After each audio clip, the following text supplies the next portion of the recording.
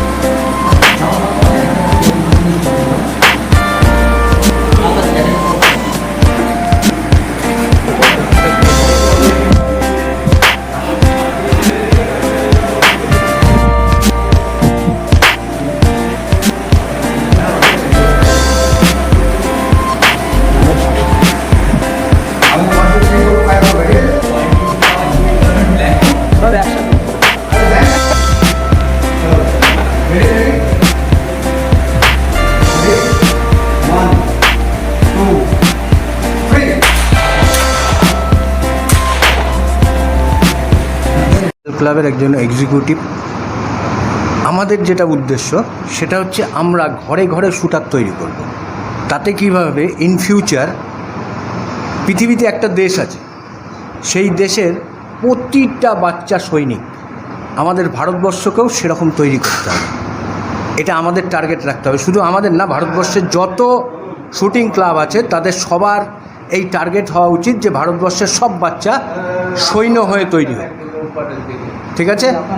আমার নাম রবীন ঘোষ, এক্সিকিউটিভ।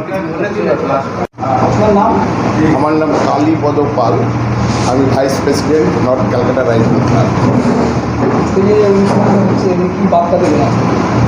আমার পূর্বতন যারা বলেছেন তারা যেটা বলেছেন সেটাই সঠিক বার্তা, তবে আমি একটু সংযোজন করব যে এই ধরনের এটাকে বলা উষ্ণ অভ্যর্থনা এবং মানুষকে উৎসাহিত করা শুটার্সদের। তো আমাদের এই কলকাতার মধ্যে আরও হয়তো অনেক এরকম রাইফেল ক্লাব রয়েছে যেখানে খুব ব্যয়বহুল তাদের বা কোনো ছেলে মেয়েদের শেখাতে গেলে সেখানে প্রচুর অর্থ ব্যয়ের ব্যাপার থাকে। একমাত্র ওয়েস্ট বেঙ্গলের মধ্যে বলতে পারি, দাবি রাখতে পারি আমি, যে এই নর্থ ক্যালকাটা রাইফেল ক্লাবে যে অনেক কম অর্থ ব্যয়ে অনেক সাধারণ মানুষ তার সন্তানদের ছেলে মেয়েদের এখানে শুটার তৈরি করতে পারে, এটার বিকল্প আর পশ্চিমবাংলার মধ্যে কোথাও আছে কি না আমার জানা নেই। আই থিঙ্ক মনে হয় নেই। আর বলুন, বললাম যে যারা আর্থিক অবস্থা খারাপ, এটা আমার যে বক্তব্যটা আমি রাখলাম এখানেও নিশ্চয়ই এর অ্যান্সারটা পেয়ে গেছেন যে একেবারে নমিনাল একটা অর্থ ব্যয়ের মধ্যে সে একটা শুটার তৈরি হতে এখানে পারে। আর যাদের একেবারেই অর্থ সামর্থ্য নেই তাদের জন্য আমরা আগামী দিনে ভাববো কী করা যায়।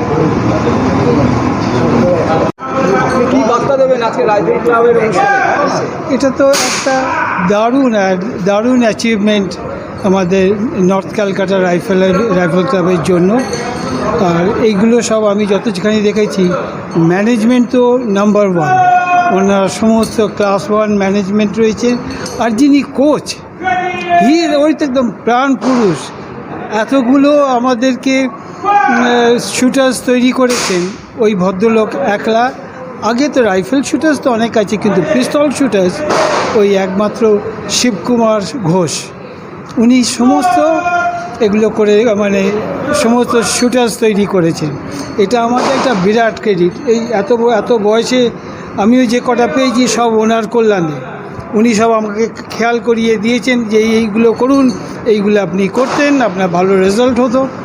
তা সেগুলো করে দেওয়াতে আর আমি ওগুলোকে সমস্ত একেবারে সেই যেমন গাইড যেমন করে আর কি, ইনস্ট্রাকশন করে, তাকে পুরোপুরি রেসপেক্ট দিয়ে আমি ঠিক সেগুলো করাতে এই 2-1টা লেগে গেল। আমার নাম সুশান্ত ঘোষ, আমি থাকি নিউ টাউনে। আর বয়স সবাই বয়স করে, তা বয়স হচ্ছে আমার 77। আপনি কি কি ইভেন্ট করেন? ইভেন্টগুলোর নাম বলুন। হ্যাঁ, ইভেন্ট অ্যাওয়ার্ড পেয়েছেন?